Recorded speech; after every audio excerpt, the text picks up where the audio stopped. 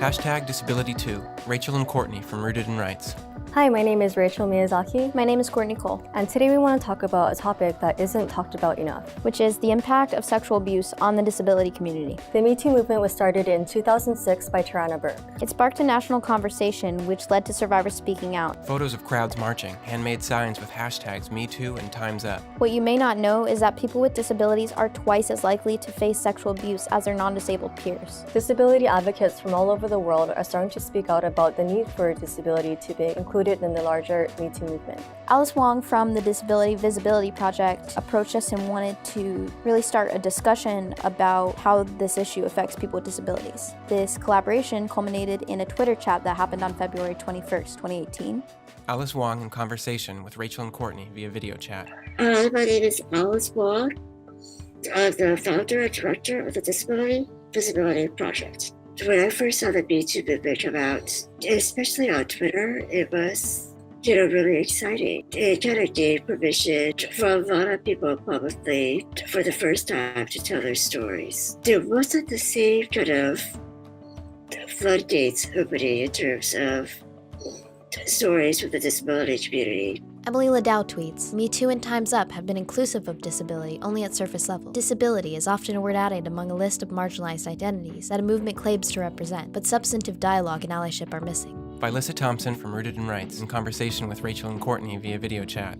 What are some main takeaways that you got from the Twitter chat or main ideas that you saw popping up? Just the fact that people needed a space to share their story. I think for some people, it was the first time or one of the handful of times they'd be able to talk about it. Folks just really supporting each other. But I think when you get that type of response from those within your own community, I think it means something of value. Were there any specific stories or comments during the chat that really hit hard for you? Alice. Well, I do think that a lot of the stories from people who have been institutionalized, I think that's a missing piece that's part of the larger Me Too movement doesn't understand. People who rely on, personal assistance, just to get out of bed, just, be part of society, they don't realize how much imbalance there is in the power dynamics. These are all kind of relationships that can easily lead to coercion, abuse, and violence. At George's Dryad tweets, all the advice, run, fight back, is for non-disabled women. What if you can't run? What if you can't fight back? Where's the advice for us? By Lissa. It's so easy to tell somebody to come forward, but when it comes to having intersected disability identities, that's not easy. There are certain communities, such as people of color, those who are LGBTQ, those with psychiatric disabilities, have a very genuine and understandable and realistic fear. Elena Leary tweets, I'm a disabled sexual assault survivor. I've written publicly about being a survivor. Often my disability is race or abled status is assumed. It's also assumed I'm straight and my assailant was male. Alice. So many different intersections, disabled person of color, disabled femme, disabled woman of color, whether you speak English, whether you're monolingual or not.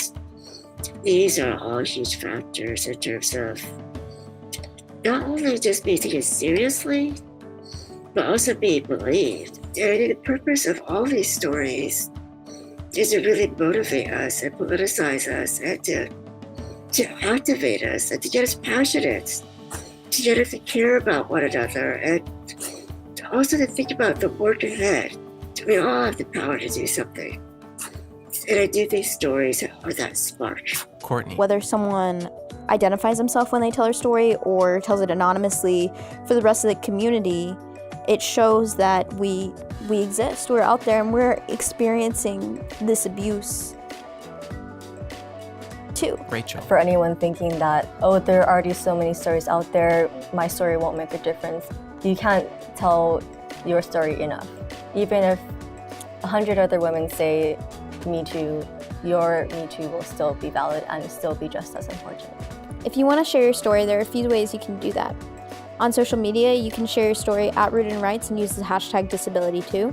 You can send us a letter, or you can submit an audio, video, or written piece online. You can find all this information and more at rootedinrights.org/disability2. We can't be the only ones doing this, and that's part of the idea of disability, is that hopefully people will see it, They'll be moved by it, but they will carry this forward. The work has just begun.